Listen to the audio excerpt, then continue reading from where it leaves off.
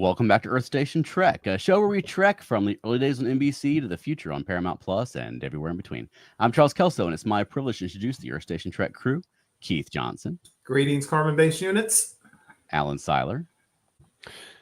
Mr. Scott, you and I make a great team. And Veronica Daschel. Hi. And welcome back, everybody. Tonight, we're going to be talking about and diving into the Strange New Worlds trailer, which has been out for a little bit now, but we've been very tied up with Stellar Fest and other things. So we're diving into it tonight. But before we do that, Keith, did we have any This Week in Trek this week? Yeah, just got a couple of quick things tonight. All of them are kind of interesting. Back on 1967, the 13th of April, was the episode that some people talk about flying poop, flying pizzas, flying something. And of course, you know what I'm talking about. It's the episode Operation Annihilate. That's right. With an exclamation point on top of that. And I like that episode. Yeah, you remember that one, right, Veronica? Yes. Operation -- Annihilate. Yes. And for those who don't remember, it's the one where they go to the planet, I think it's Deneba, where basically what turns out to be millions and millions of what are basically brain cell creatures hiding in the dark have attacked the planet. They attach themselves to you. They put a stinger in you, and then millions of their cells flood you and take over. So everybody's crazy and mad. And the point is, Spock gets injected and gets taken over for a while. It's most notable, however, for the appearance of Kirk's brother, Sam, who shows up dead on the floor in his house. And it's William Shatner with a mustache they just slapped on. It's great. We didn't know that would be as pertinent to Star Trek later on. I know, right? Right. The mustache. It's an interesting show because one of the things the original series did, and it was the nature of, I think we've all heard about the thing called the Coonism, where there was, and also it was a thing with TV shows back in the day, where they always often ended with humor. And this show is no exception, because at the end, when Spock gets his eyesight back and all this stuff, and McCoy says, "Please don't tell Spock he said he was the best first officer in the fleet." And Kirk says, "Oh, you're worried about his Vulcan eyes. You shouldn't worry about his Vulcan ears." And there's like, dun, dun, dun, and they laugh, and everybody has a chuckle. And like, dude, your brother just died. Right. And his wife just died. And your nephew is an orphan. And I don't know what happened to that kid. So right, like this afternoon. Yes. Right. Oh, that's Spock. He's a Vulcan. Yeah. But it's a classic show. Right. Then fast forward 20 years on 13th of April, 1987. I was here and I remember being so excited to hear this news. A final draft was delivered for the bold new experiment that was Star Trek: The Next Generation. That final draft delivered, of course, was Encounter at Farpoint. Right. Yeah. Now, was this the DC Fontana draft that did not have the Q elements in it, or was it the final version? They say this one was the actual final version. Okay. Because you raise a very good point. It was too short, right? The original draft. Right. Yeah. Well, yeah, they expanded it to be like a 90-minute, so it could fill a 2-hour block. But it's the stuff they added is what's memorable about it. Isn't that wild? We talked about this when we were talking about Picard season 3, or I think it was 2. Yeah. And like no one would be excited if Groppler Zorn was back. Yeah, it was. I don't know. I can remember my reactions there, and I think I mentioned before I didn't have a television at the time, so I actually rented a television. And I remember the television came from these guys looked all shady, and the television looked like it came from Flophouse Motel. It had cigarette burns all on the top of it and stuff like that. But I rented this television to see it, and it was fine. Right. All right, we lost Keith there for a minute, but yeah, I don't remember if I watched Encounter at Farpoint. I was 6 years old, so I don't have any recollection of watching the debut. But I had it on VHS when I was a kid, so I've watched it I don't know how many times since, and I love Encounter at Farpoint. Right, even the corny bits where it's like when the space jellyfish are holding hands and Counselor Troy is feeling their gratitude. I even love that bit. I don't care. I do too. I'm with you. Right. I loved Troy immediately, and I know not everybody did, but I did, and I still love. I mean, I can like watch that and quote everything in it because I've seen it so many times. but I still love every minute of it. Encounter at Farpoint. It ain't great, but still like it. I'm lucky that I was as young as I was in the early Yeah. TNG and the early DS9, where I didn't care. There were Star Trek characters, and I liked them. You know, I wasn't having to look at them as an adult. But I think you guys probably had different experiences with it than I did. I mean, I was still pretty new to Trek, you know? Right. So I've been watching Star Trek. Go ahead, Alan. Sorry. No, I was just saying, I became a fan in '82 with Wrath of Khan, but I didn't watch that much Trek between then and Next Gen. So I was super excited when Next Gen started. I have been watching Star Trek for about 15 years when Next Gen came out, but Alan makes a very interesting statement. Like I said, I didn't hate it, and I can't even say I was disappointed because the characters, all the characters were interesting. Data was interesting. Geordi was interesting. Troy sang Imzadi, I too could not forget, or whatever it was. All these things were interesting. And if you remember, Picard was weird because he was kind of an ass to Riker when they first met. It was a very interesting show. But as you say, Charles, nobody's going to remember what was his name later on. Groppler Zorn. Right. Yeah. I remember forgot this out of this day. Okay. Then the last two, I thought one of these was interesting because of what it kind of says. On the 15th of April, tax day, when of course in the future they don't have taxes. But on the 15th of April, 1996, DS9 premiered the episode Hard Time. Oh. And for those who know, it's now considered what people will say, tongue-in-cheek, it's one of many O'Brien Suffers episodes. Right. Because they really liked it. Yeah. That's one that should have changed the O'Brien character forever. Yes. And instead, it was never mentioned or referenced again. Exactly. And it's one of the Star Trek trope things, for those who don't remember, because it was also done in Voyager, etc. O'Brien gets accused of a crime he didn't commit. The punishment is a mental reconditioning that makes him think he's served, to your point, Charles, 20 years in prison. And he has memories of all 20 of those years. Spoiler, especially if Elaine's listening. And he ends up doing something horrible. And toward the end of the show, he's so upset about a murder he committed that he is literally about to commit suicide. And Julian has to stop him. And Charles, as you're saying, if he had every moment of every day for 20 years in his mind, the next week he's back running the station, doing the repair. That should have changed him in ways that he never recovered from, honestly. Yeah, because they didn't take it away from him. Right. That's one thing that the new shows have the potential to do better.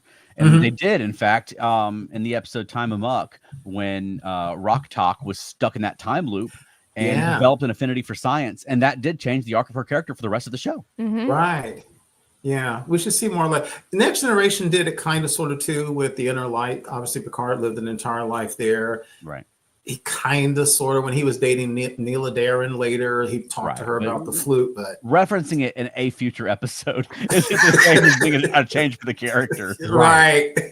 Yeah. I mean, that just shows you that even DS9 hadn't quite broken out of that episodic format yet. Right. It's still being thought of. I mean, sorry. Yes, that's what I meant. It's still being thought of as a week-to-week show, and it will get there, but not quite yet. Right. Correct. And as I mentioned also, the O'Brien Suffers meme thing became kind of a meme to this day. People talk about the everyman O'Brien suffered because he suffered a lot in that show. Yeah. They said he was good. Well, somebody's got to. Right. And then the last one, 2 years later, what else can I say? In the Pale Moonlight aired. Oh, wow. Yeah. 1998. That's a good one.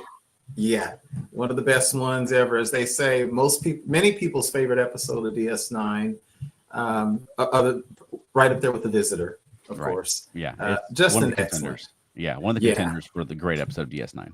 Absolutely, and then for those who don't remember, Cisco kind of sort of sidesteps the Prime Directive for a minute to do all kinds of crazy shenanigans to help win the Dominion War. And it's an awesome episode about what you do in times of need, even a starship captain. Right. Or a Starfleet captain, because he's not a starship captain at that point. He's got a starship, though. Well, that's true, the Defiant. That's right. Dang right. Great episode. That's This Week in Trek. All right. We're going to grab some comments before we move on to Strange New Worlds. Because I've got a couple of really good ones here. Matt Sweatman says, I still think of Encounter at Farpoint as a feature-length episode, not as normally shown as a two-part story. And Mhm. that is absolutely 100% correct. No one should ever think of it as a two-parter No. because it was not shot or edited that way originally. Right. But he also says, I remember thinking that there were infinite possibilities for Trek's future. Yeah. I agree. That's exactly Yeah. the feeling that I came away from it with. Yeah. And oh my gosh, look at this. My friend Kat Smith. I don't think we've ever had a comment from Kat Smith on our live show before, but look who's watching us now. Kat Smith says, I freaking love Hard Time, but y'all are right. It pissed me off that there was no emotional fallout from that. Not even he is butch enough to white knuckle that forever. And then she says, let's be real. That introduced that cool tech so Cisco and Eddington could glower Les Mis at each other in person and then never showed up again. Right. Right. And Kat's talking about they played around with putting a hollow emitter basically on the bridge of each captain's ship. And so the actor they were talking to on the other ship, it's like Empire Strikes Back. They pretended to be on their ship. And it's weird because at one point they even the other guy, the captain of the ship, he kind of turns and looks like he's punching a button, and it just didn't really work. Right. Yeah. I didn't mind it. I thought it worked just fine. You would think if they worked the way that holograms work in Star Trek, at least in the 24th century, that you could just punch him. You know, and he would feel it. Right. But you know, one thing they did, this is a sci-fi trope. It's not even a Star Trek trope, but I find so funny with all that incredible technology, when they use the little hollow matrix, there was always a little glitch because they always had to remind you that it's a signal. Yeah. Even though it should be kind of perfect because it should be buffering. And they do that even more on the modern Treks. Every hologram is glitchy now. Yeah. Right. All right. Well, you got to know it's a hologram. Right. We don't want the audience to be confused. Yeah. All right. So let's transition over to Strange New Worlds because we had a trailer recently. And now, Veronica, you recently posted some Star Trek news, I think just today. Yeah. Yes. Strange New Worlds. So there is a world premiere date in Tribeca. Yeah. It's at the Tribeca, what film festival or whatever it is. Yeah. June 14th. June 14th. So we still don't have a streaming date, but hopefully it will be the following Thursday. That is my fingers crossed hope, That or at would make least sense. the next 2 Thursdays or something like that. Very close to that. Yeah. When they just said summer, I kind of assumed it would be like the last day of summer. It'd be like August 31st, whenever summer is officially over. But, yeah, hopefully we'll get it early in the summer. That'd be fantastic. Yeah. September 20th. Okay. Well, you guys want to jump over to looking at the trailer itself? Yeah. But one last comment, though, from Kat. Oh. And she says, you cannot tell me that Eddington did not walk around the Maquis because I will not believe you. You are correct. Okay, we mentioned that a few weeks ago in one episode, and I did kind of comment about it because it's a funny thing because he keeps going, Jobert? Is Jobert the guy? Javert. Jobert. He says it over and over and over in that episode. You want to say, we get it. He milked that analogy. Yeah. All right. All right. Strange New Worlds. Yeah, let's jump over to Strange New Worlds. Hang on one second. My screen caps didn't load in order.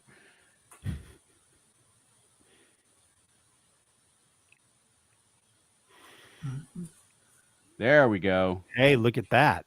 Yeah, it's Strange New Worlds. All right, so let's look at Strange New Worlds. So the trailer started off with this sort of retro TV future with our cast in like they look like they're in 1950s clothes. But it has, and they have the big levers and things, but the lighting is much more like the original series, I think deliberately so. Yeah. Right. Yeah. 100%. So what do we think is going on here? I mean, it seems like they're like demonstrating the new holodeck technology. Like they're going through different scenarios because I might be jumping ahead here, but later in the trailer, they're in a murder mystery. Right. That cannot be 2 different episodes. This has all got to be from the same one. And they move through a couple of different genres as they're playing around in the holodeck to see what all it can do. Okay. That's interesting because I assumed it was 2 different episodes. I assumed there was a TOS gimmick episode where they're recreating a TV show for some reason and then a separate murder mystery episode, but you may well be right. I hope not, because with only 10 episodes, you know, yeah, we got to get some, hard sci-fi in there somewhere. Let's hope. I mean, last year they had the Lower Decks crossover episode, and then 2 episodes later had the musical plus a Vulcan hijinks episode. And we know we get another one of those. We have to. It's obligatory. Yeah. When this first came out, I commented, not to sound like a hater because I'm not, but I commented on it surprised me slightly that they started off in a comedic tone, because I think I was expecting or hoping for just more serious stuff. And I don't hate the comedic stuff, but I'm like Alan, I was kind of expecting it to be a little more serious starting off. And Charles, you talk about their hair, man. If that doesn't look like something from the original series, because remember, I mean, the joke about everybody from Uhura to Khan's main squeeze later is the way the hair was piled up. You know, that was. And so that reminds me of it. It's a good look. It does look like an original series episode screenshot. I love the 2 little like curls on the top and with the bangs to the side. I mean, and then the crushed velvet. Nice. Yeah, that all comes from Moxie Magnus, you know, because they all go to the same hairdresser. Yep. It's all Moxie. The look of these is sort of halfway between Captain Proton and the original series. Yeah. Like, in this shot, it's very obviously the original series bridge they're doing an homage to. Yeah. But the looks of the costumes and the big levers and the big look at her hair. I didn't realize who that was originally. It took me a second. Yeah, me too. But I don't know. Is maybe I'm old fashioned, but I think the lighting in these just looks so much better than the regular show. They have so much more subdued lighting and more. It's just darker looking. But I just love the look of the colorful backgrounds and the lighting on the faces. Well, of course you would, because TOS is your favorite. That's absolutely Charles, you're right. I'm looking at this and I see Mud's women. I'm seeing Balance of Terror when they lowered the lights on the bridge. I'm seeing Charlie X. You know, I'm seeing the Man Trap. I love the shoulder pads are on the outside. Right. There's a visible zipper, which you didn't have on the original series. They went to great pains to hide the zippers, but also you've got like the big, like the tape thing that spins and the 50s sci-fi waveform thing in the background that they wouldn't have done on the original series. Yeah, is that I was going to ask, is that a tape drive in the back? Yeah, that's what it looks like. Yeah. Well, it looks like one of those things that would just be in the background of a scene in a 50s sci-fi to make it look futuristic. Right. And of course, we open with James. I do not like this collar. Okay. Me either. Really? No. Yeah, it looks like a green sofa from the 60s. Well, it's very early 60s, like, or 70s even. mod. Yeah. Yeah. Well, it definitely is that. Yeah. What do you think about having James T. Kirk in command in this, whatever this scene is? It seems to me like there's more Kirk in this trailer than there is Pike. There is. Yeah. And what is the badge he's wearing? Is that familiar to anyone? No, it's got to be part of this simulation that they're in. It's the kind of badge you might have seen on the original series for another starship back before all the starships had the Enterprise badge, but it's not one from the show. Right. But that orange looks like it could very easily be from the original series on the door, but there's a porthole, you know, like things like that, where it's like I said, it's like the original series meets Captain Proton. Yeah. That orange door looks like it'll roll away instead of sliding, kind of like the decompression chamber in Space Seed. Yeah, that might be. Okay, let's carry on. And there's comments coming in along the way. Do we want to grab this as we go, or do we want to? Yeah, let's do that. Matt says that he's chiding us for making Elaine hopeful that there will be later songs in the There are not. They don't sing. Elaine says, is it a holodeck or do they go through another subspace thing like the musical episode? It's got to be a holodeck. It's got to be. Based on one of the clips that we get to later. It's I don't know. holodeck. Last year, there was a lot of subspace Watsits that they would find in space. So I don't know what's going on here. Exactly. Matt says, I wish they'd show lighting with the eye, the eye highlights that they used to. I loved that. Agreed. Yeah, that was the original series. That was so cool. Yeah. And Elaine says, it reminds me of the sets from Star Trek Continues, the fan-built sets. Well, I think both of those are referencing the original series, though. Yes. Yeah. And even things like the dramatic, the sort of the grill lighting coming down from the top. They would do things like that in the original series because they had very basic sets, and so they would use the lighting to dress it up. And if it is a early form of the holodeck, this is one time where I would even have to say they're not breaking continuity, because as we all know in the original series, they have the recreation room. They just didn't call it the holodeck, and heck, that thing produced a snowstorm. That's true, but at the same time, I mean, Riker was very impressed by the holodeck when he encountered at Farpoint. Yeah. For something that's been around for 100 years. Yeah. But it might not be installed everywhere for that. Right. It might not be standard operating, mechanism. That's what I was thinking too. Yeah. All right. Then we've got another shot of this. Yeah. More of that bridge. You see the big levers and things that would. Wow. So I've only seen 3 characters on this set so far. True. So it's like only these 3 are there. Maybe. Yeah. Could be. Because previously Chapel was sitting on the other side of her. Okay. Yeah, true. Yeah, I hadn't noticed the waveform, Charles. You're right. That's like straight out of Outer Limits, because you're right. Back in the day, everybody just hooked up an oscilloscope to something. Right. I'm surprised they don't have a Jacob's ladder in the background for no good reason. All right, then we go to a more modern scene, which this has got to be a follow-up from last season with the Dylan. Yeah. That definitely looks like a follow-up to the Gorn. Yeah. And back to the modern day lighting. Yeah, I was actually happy when I saw that it was a little bit more serious. I got, again, nothing against the comedic, but I was just surprised. So when they went to that more serious thing, even if it's the Gorn, I was like, well, that's kind of cool. Well, I'm not really surprised because they've seen how well the gimmick episodes play. Exactly. I mean, everyone loses their minds over them. Yeah. No one loses their minds because Mbenga might have stabbed a Klingon. Their minds, for a body swap or something. Yeah, you're actually right, and I will say, if this is what they want, it's absolutely bringing in more non-Star Trek fans because of things like that. Yep. Yeah. But I think you could do both. I think Star Trek should. Oh, sure. Yeah. 100%. So speaking of the holodeck, yes, looks like the murder mystery. Yeah, this has got to be the murder mystery episode, and a very familiar holodeck grid, very TNG. Yeah, totally. Yeah. You kind of see, like, in the background, like the scene is starting to appear.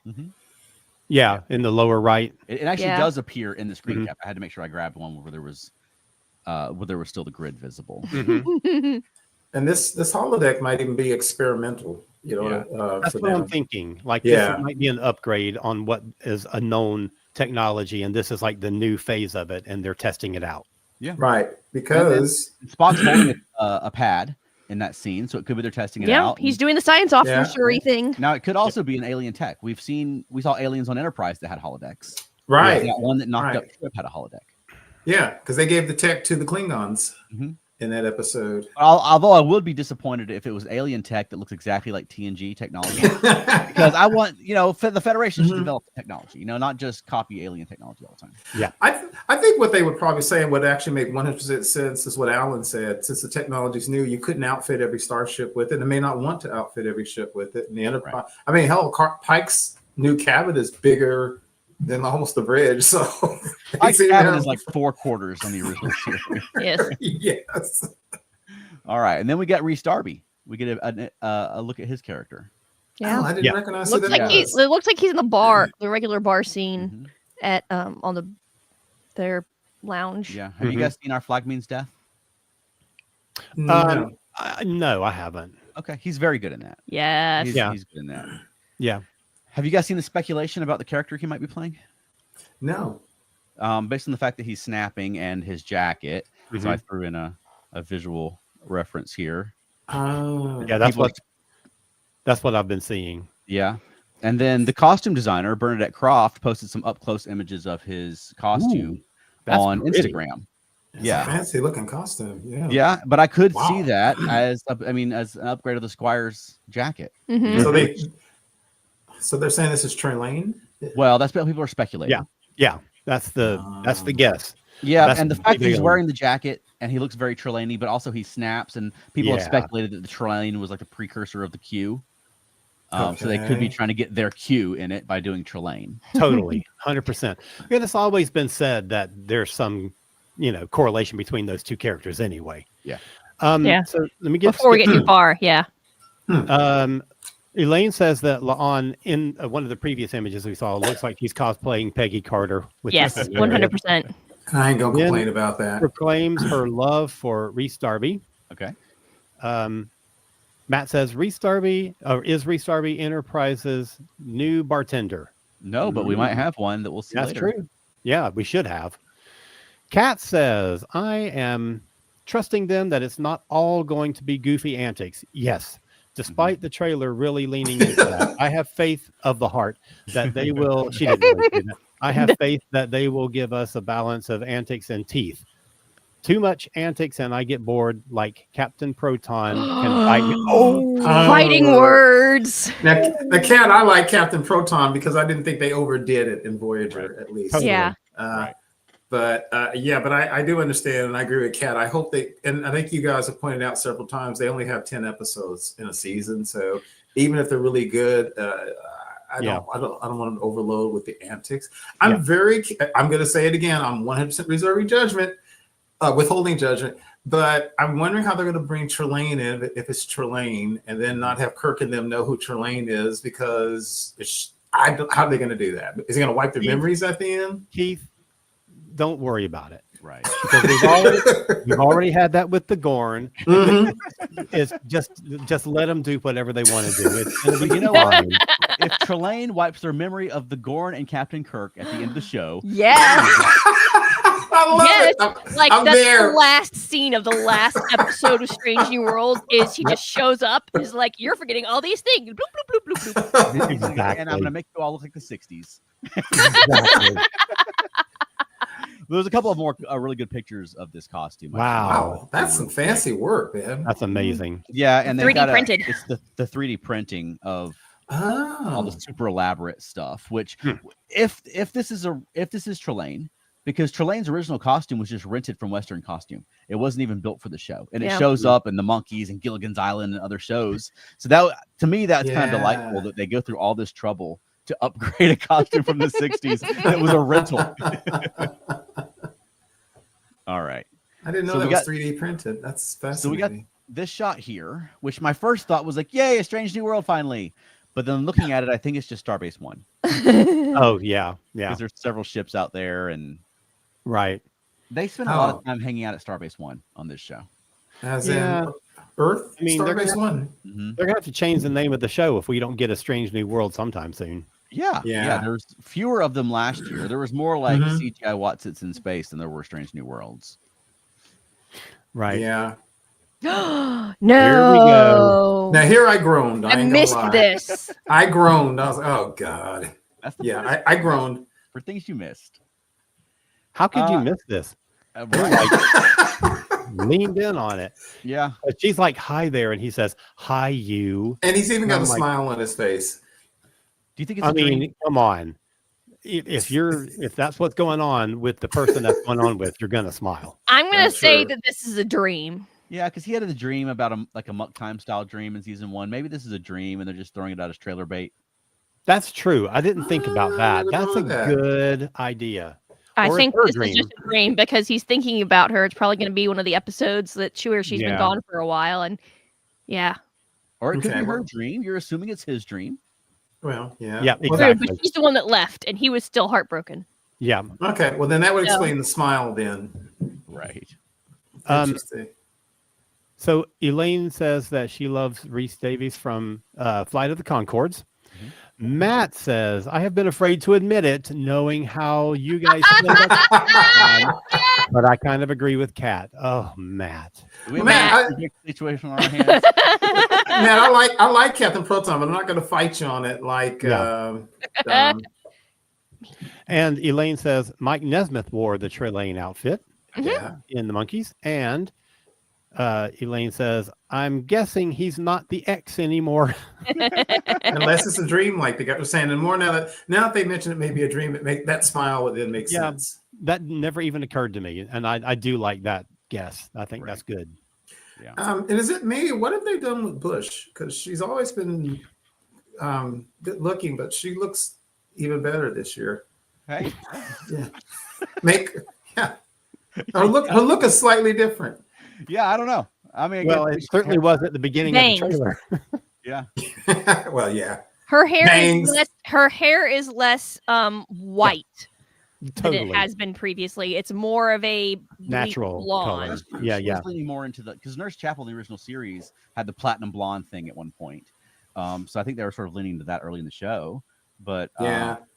Yeah. When Looks great. At Stellar Fest, when we were talking about stuff like this, Charles made a good point because I was belly aching very slightly about how, as much as I like the character, this ain't the Nurse Chapel that they showed in the original series. And Charles like, yeah, just you almost got to pretend it's a completely different person because it's almost like her personality is going to have to regress for the original series from what she is now. So maybe something's going to scar her or something. Maybe whatever happened to Rom happened to her as well. What's that? Yeah, but you also, I mean, you have to make allowances for the fact that these shows are 60 years apart. Yeah, and you cannot portray characters the same way in the 1960s as you can now. Yeah, and they might have done her differently if television was in a different place at that time. Yeah, that's very true. Matt says, I wasn't sure that was Chapel when I first saw the trailer. I kind of like the idea that Spock wouldn't move on. And Kat is super appreciating hot Spock. Yeah. Right? I mean, speaking of Spock moving on, we've got to be around the time frame of Layla Kalomi because she was like 5 or 6 years I didn't think of before that episode, right? Like, so we should be getting around the time of Layla Kalomi should be showing up. So maybe that's the twist. She comes back and he's met Layla by then. You know? Okay, that's a good idea. Good pull. Oops. Never crossed my mind. Okay, we're about at the halfway point. If we want to play a promo for about 30 seconds or so, and then Worlds. Sure. Hang on. I got to get to my right tab. Okay. Here we go.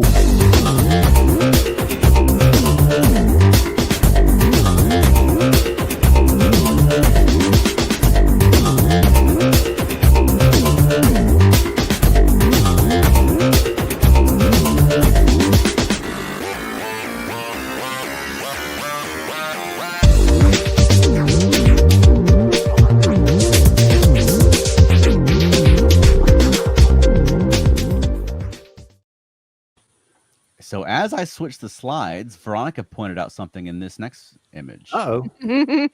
Look what ring she has on a certain finger on her left hand. Is that a wedding ring? Yeah, she's wearing a wedding ring.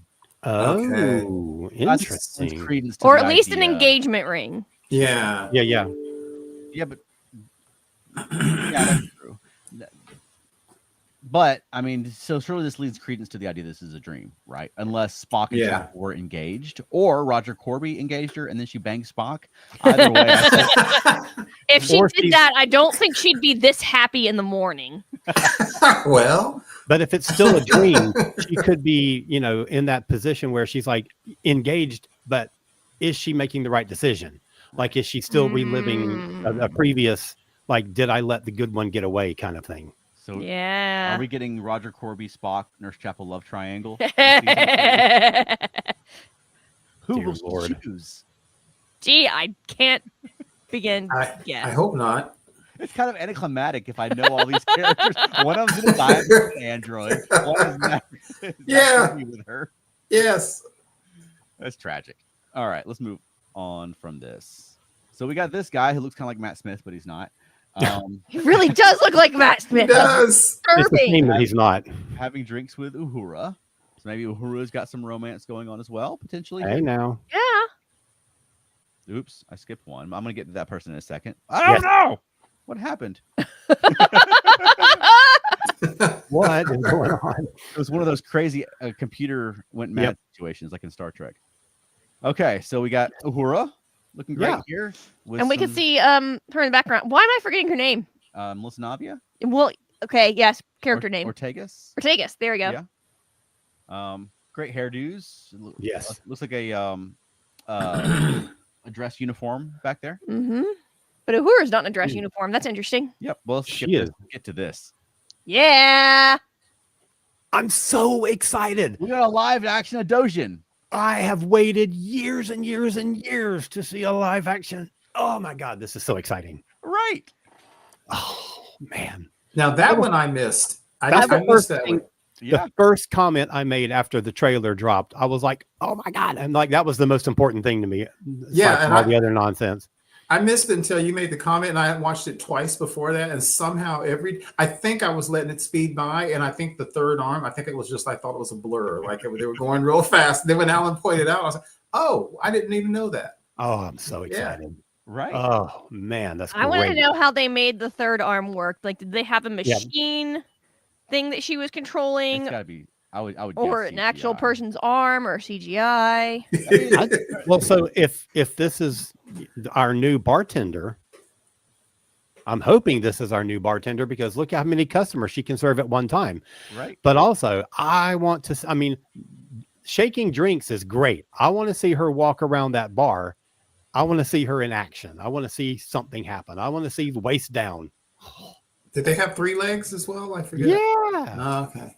Oh, I'm so excited. I think this character looks great. Mhm. Yeah, she looks Yeah. fantastic. Translating She an does. animated series character to live action, I think this is fantastic. Mhm. Yep, agreed. Yeah. The makeup looks good from this angle too. Mhm. Yeah, I was trying to read. I was looking the United Federation of Planets behind them, and then I couldn't really make out what it says underneath there. I was thinking maybe Enterprise, but it's not. I don't know. I was trying to figure out if this is on a Starbase or on Starbase One or on the Enterprise. OENTENA. So if someone can make that out, let me know. Or CENT. Oh, you know what? Maybe it's the United Federation of Planets, the Centenary. Yeah, that's what I'm wondering. That's what it's supposed to be. I heard that in the that someone mentioned about the trailer that is set at the Centenary. So it's There we go. Yeah. 2261, which is still about 5 years before TOS. Yeah. That makes sense. Well done, Yeah, team. totally. All right, and then we've got our contractually legally obligated Patton Oswalt appearance. It is We have a law. nerd show without Patton Oswalt, It's true. It's true. and looks like he's a Vulcan carrying roses. Oh, he'd have to be a Vulcan, wouldn't he? He couldn't be a Romulan. I was about to say, are you sure he's not a Romulan? Because he has that weird little I mean, green thing going they're on. not supposed to know what Romulans look like, Right. Yeah. which doesn't mean that they won't because they're not supposed to know that Gorn exists. Right. He could be a Romulan impersonating a Vulcan, but no one knows. Okay. I don't know. That'd be very Mhm. My guess is it's a Vulcan hijinks thing going on, Yeah. Hence the roses or whatever, the flowers. or some kind of romance thing. Maybe this is the same episode where Uhuru's romancing somebody, or maybe this guy has a thing for Chapel. Who knows? None of us. That's it. Right. All right. Then we're to the murder mystery costumes. Yep. Here we go. Am I remembering correctly that Frakes directed this episode? I think I read that as well. I think so too. Yeah. And Veronica's right with the red hat. She definitely puts me in mind of Peggy Carter now. You mean Elaine? Or maybe what was the other, Carmen Sandiego? But she had the jacket, I think, to match. Yeah. Right. Yeah. I think Uhuru was great. Mm-hmm. Yeah. So I'm guessing this is the whole holodeck episode. Yeah. Now, Kirk's costume here made me think of his movie costume. Yeah. Like with the Mm. turtleneck, Mhm, but also his movie civilian costume, where it was also red and white. Yes. That's sort of deliberate homage they're doing here.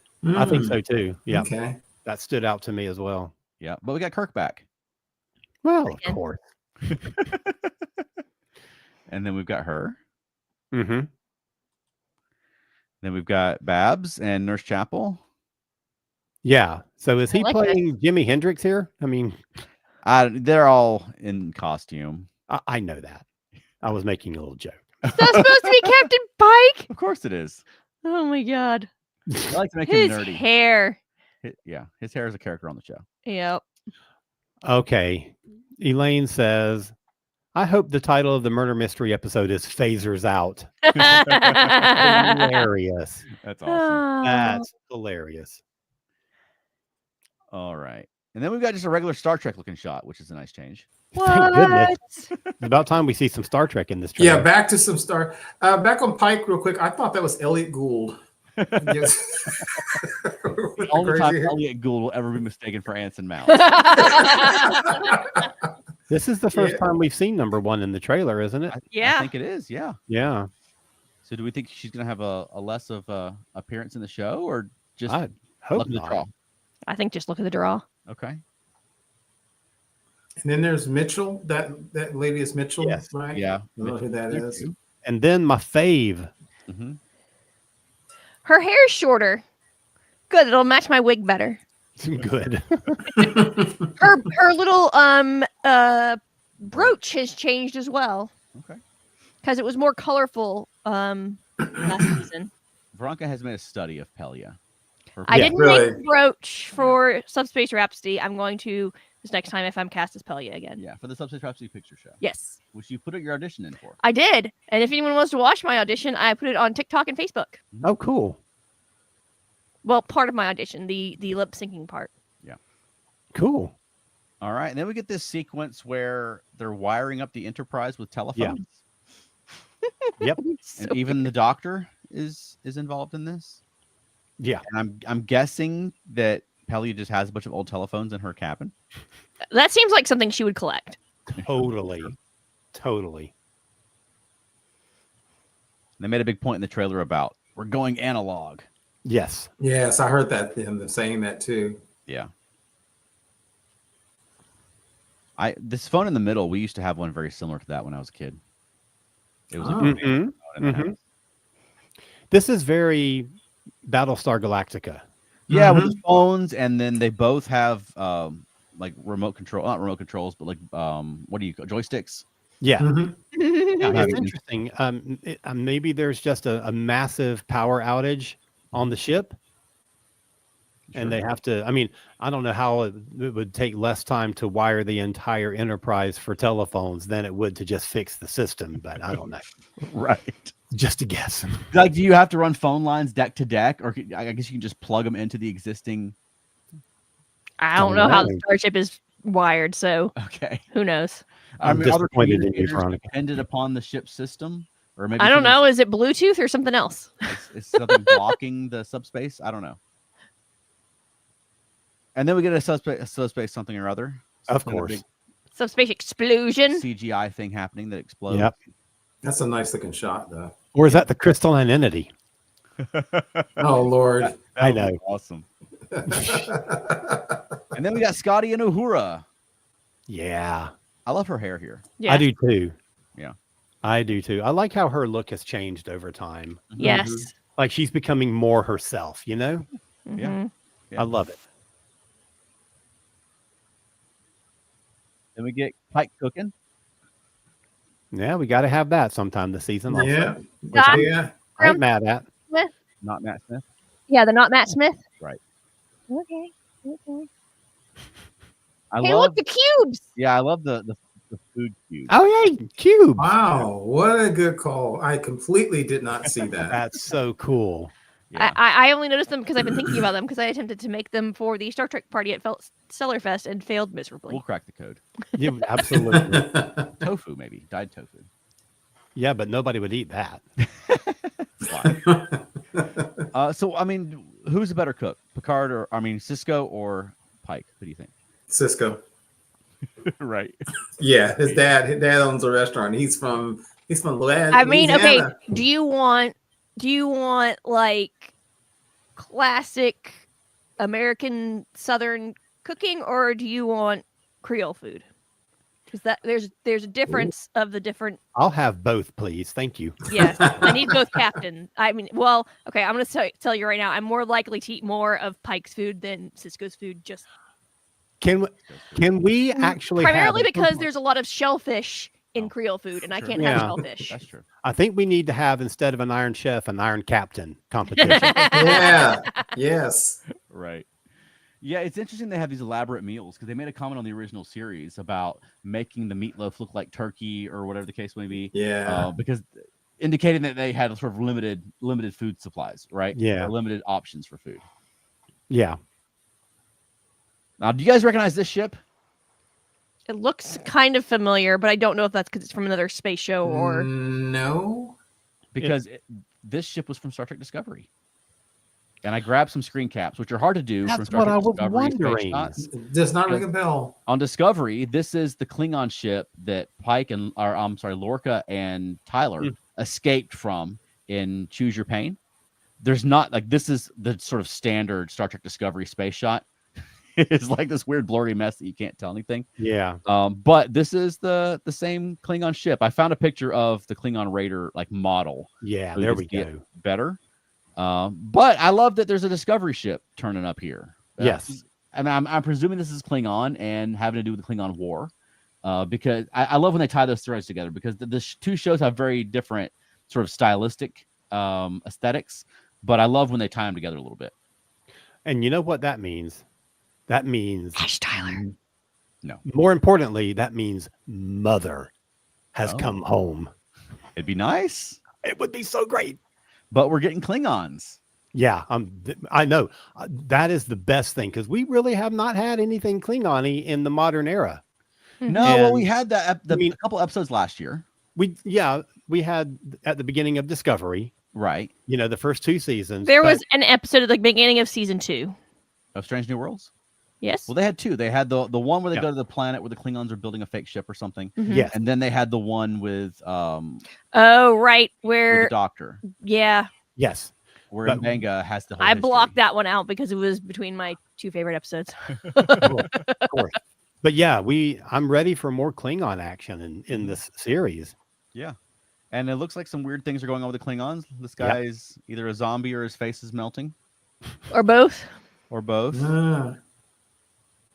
And then you got, of course, Dr. M'Benga potentially being chased here by a zombie. I'm gonna go with zombie Klingons. So do we think this is like a smooth forehead operation that's gone wrong? Yeah. Mm. Oh, I like that. Thing is, given what they've done to M'Benga, I just envision he's going to turn around and start slaughtering everybody, chasing him. Right. Waiting for his moment. Yes. We get some more number 1.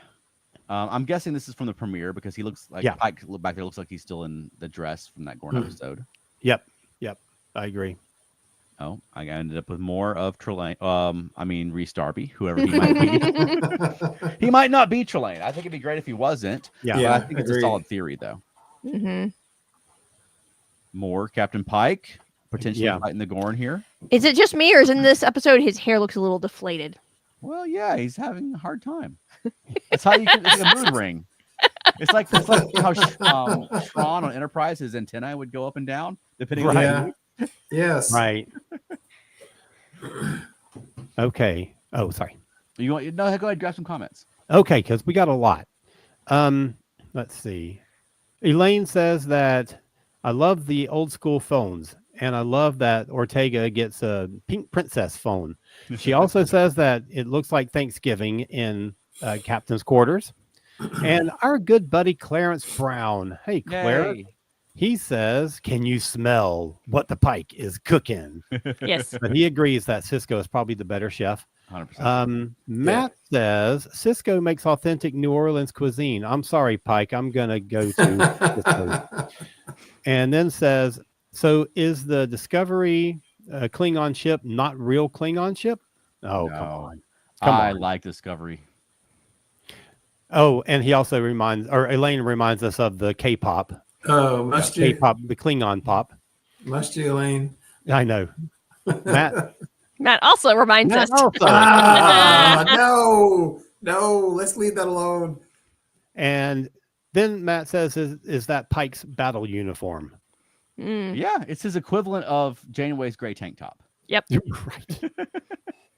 Right. Right. All right. All right. So I just kind of like the shot of the photon torpedo launcher. They have this Me too. giant photon torpedo launcher. Right. It almost like it should say press here. I think it says fire. Just her hand covered it before I Yeah. grabbed the screenshot. Wow. And then we've got actually something happening in space. They're in a which is bubble. nice. Well, it's probably the shield bubble. Shields. Yeah. They didn't really have shield bubbles in the original series era, but Mm-mm. they do now. Yeah. Right. And then Keith's fave. Yay, here we go. They just couldn't That leave looks him more alone. like a Gorn, though. Well, Maybe it's a young adult Gorn. I think the problem is this is an adult Gorn. Yeah, I We think saw so. we briefly saw one last season at the end, rather than just the juvenile like raptor Gorns. Yeah. But yeah, we're getting Gorn. Do you think they're gonna? I mean, they seem to be setting it up last season that like the Mhm. Gorn are just monsters, and then they're not acting like monsters though. You know, like they're setting up developing Right. the Yeah. Gorn more. Yeah. Right. Where like Pike and them can realize that they're characters and they're, you know what I mean? Mm-hmm. Okay, hang on. Matt says, "Where's the jettison pod button?"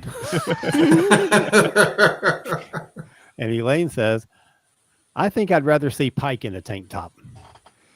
Oh, wait, now Okay. she says, "That Gorn looks like a demented catfish. Okay. Yeah, I guess say the what you- catfish eyes are better than the compound eyes, but go ahead. No. Alan. Yeah. They're Say wrong. what you like about Gorn being in this series, but those Gorn episodes have been fantastic. I know it's problematic having Gorn as the main villain in this show, but those episodes have been really good. Yeah, Yeah. can't argue that. I think they need to get away from riffing on Alien and Jurassic Park. Yes. I agree. Like, they've done plenty of that. They need to develop the Gorn into something worth caring about. I agree with that. I agree with that. All right, then we've got obviously Christina Chong. La'an has some grievances with the Gorn. She's got a history with them. I always forget that because I get caught up with everything else that's going on with her character. So she's in love with Kirk, and she's a Noonien Singh, and also, yeah, that's right, she has a history with the Gorn. Yeah, totally. And then here we got a lot of pew-pews, and they love the pew-pews in this rather than the phaser beams. But I thought this was kind of a cool environment. This looks like a sci-fi. Yeah, this looks really great. Yeah, I'm guessing it's Gorn. Like this is like a Gorn thing, but I just like the look of it. Maybe this is inside the Gorn ship. Yeah, could be. And then we get the actual Gorn ships they're fighting. Yeah. I'm guessing this is all from the premiere because they left the hanger there. Yeah. Right. Totally. And then we get 12-year-old Scotty. He does look awfully young. 40-year-old Kirk. Yeah, you've got to set it up like, wow, we'd be a great team, Mr. Scott. But yeah, this thing, I'm watching it because Scotty is always, I always complain about this on the show, but Scotty's always been like, Scotty and Bones are about a decade older than Kirk, right? Yeah. And now, I mean, Kirk looks like he could be Scotty's dad. Yep. Yeah. What was the deal with that, I wonder? They just cast a younger actor. Yeah. Yeah. And then that's where they leave us. They start and end this trailer with Captain Kirk or with Lieutenant Kirk. Outside of whether it's subjectively good, I do tire of this thing, this bringing Kirk and Scotty and all of them into it. It's and again, it's not because I can't accept it, but it's kind of like what you said, Charles. I really want them to stand on their own. And so much of what they're doing is calling back and setting. I don't need them to set anything. I really want them to do their own stuff. Outside how I truly feel about Gorn and stuff, I really want them to do their own stuff. So it's a little frustrating to have even the Trelanes and the Gorn and the stuff like that. But Alan made a good point. The Gorn episodes are good. I can't even argue with that. They're good episodes.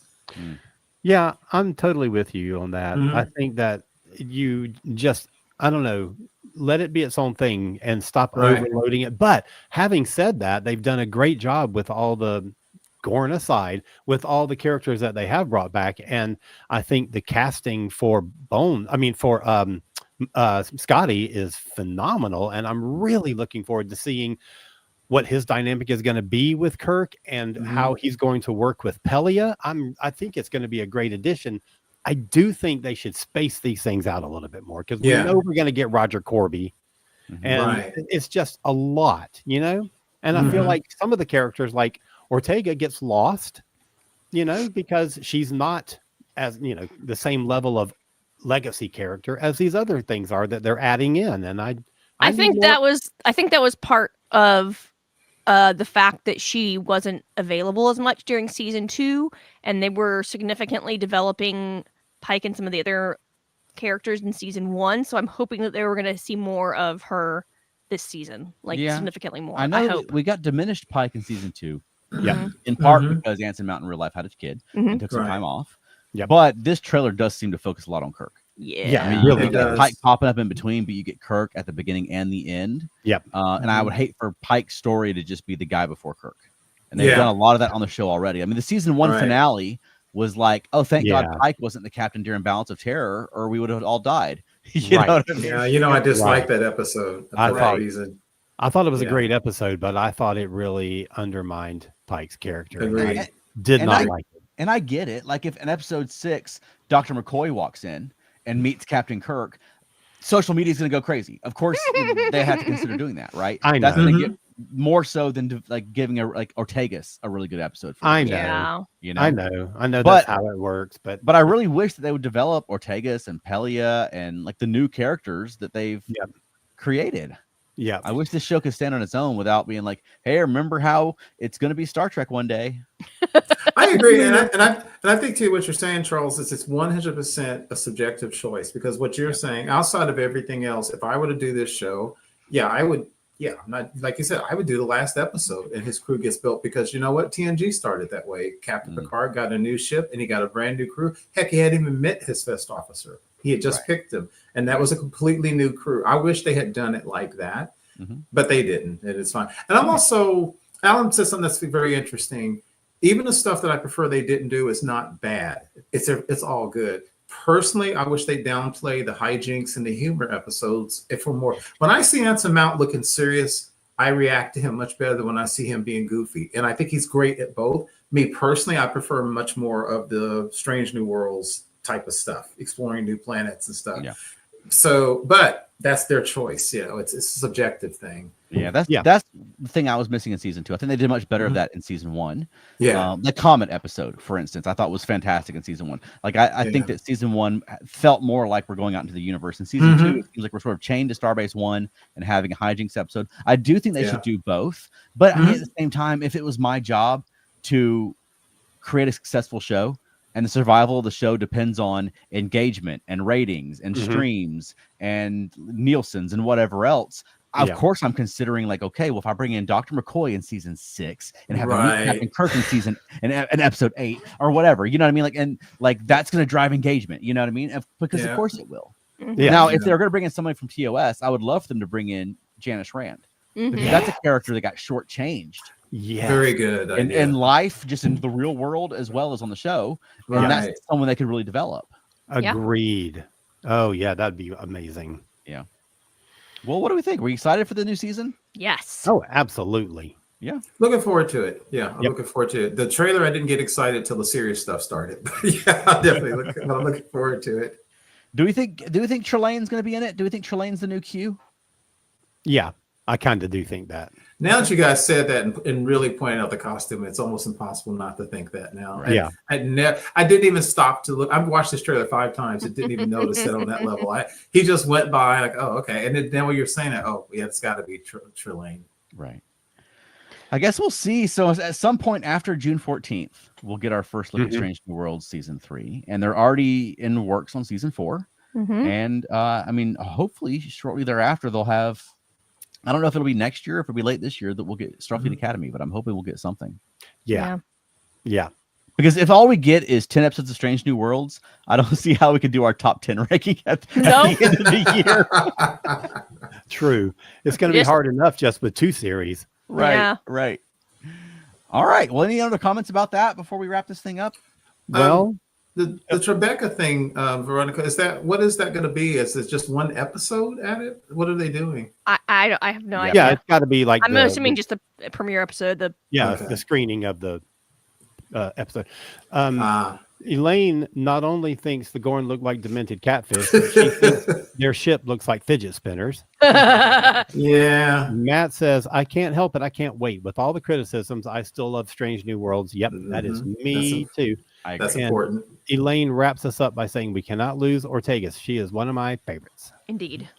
Yeah, I agree with Charles. She's not been used a lot, but yeah, she's an engaging character.